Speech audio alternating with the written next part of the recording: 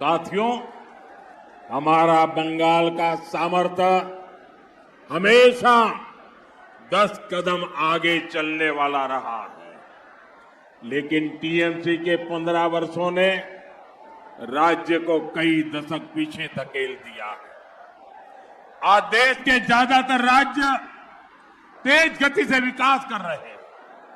हर राज्य अपनी जीडीपी को, अपनी अर्थव्यवस्था को बढ़ाने में लगा है, लेकिन देश की जीडीपी में बंगाल की हिस्सेदारी तेजी से गिर रही है। बंगाल के ऊपर 8 लाख करोड़ से ज्यादा का कर्ज हो गया है। भाइयों बहनों, आज भाजपा सरकार में देश गरीबी के खिलाफ लड़ रहा है।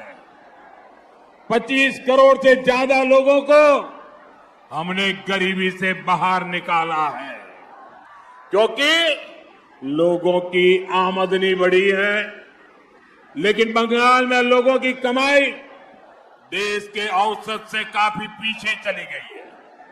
साथियों, ये हालात इसलिए हैं क्योंकि बंगाल में नए उद्योग नहीं आ रहे हैं। टीएमसी का कट कमीशन, करप्शन और सिंडिकेट, इसके कारण हजारों कंपनियां बंगाल छोड़कर चली गई है। लाखों नौकरियां यहां खत्म हो गई है।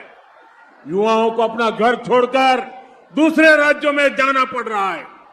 साथियों, बंगाल का युवा रोजगार की तलाश में उधर उधर भटकता है और टीएमसी नेताओं के ठिकानों से करोड़ों रुपए बरामद होते हैं। आप एसएससी भर्ती घोटाले को याद करिए।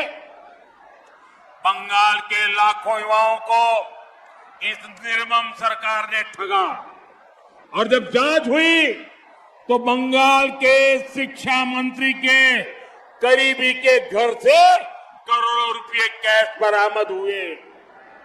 2023 में स्कूल रिक्रूटमेंट घोटाले में सीबीआई ने रेड डाली थी, उसमें भी टीएमसी के एक विधायक के घर से लाखों रुपए कैश मिला था। पोंजी स्कीम के भ्रष्टाचार में भी टीएमसी नेता के यहां से लाखों रुपए बरामद हुए। भाइयों बहनों, बंगाल में बीजेपी सरकार आएगी।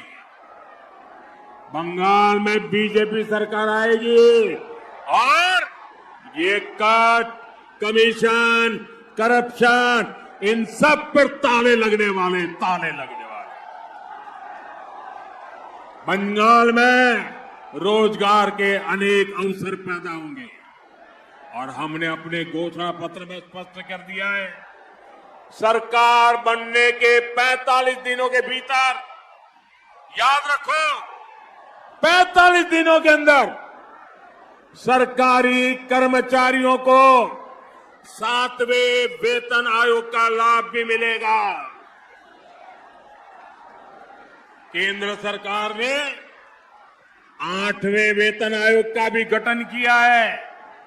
बीजेपी सरकार में जब 8वें कमीशन की रिपोर्ट आएगी तो बीजेपी सरकार में बंगाल के कर्मचारी इसके लाभ से भी वंचित नहीं रहेंगे।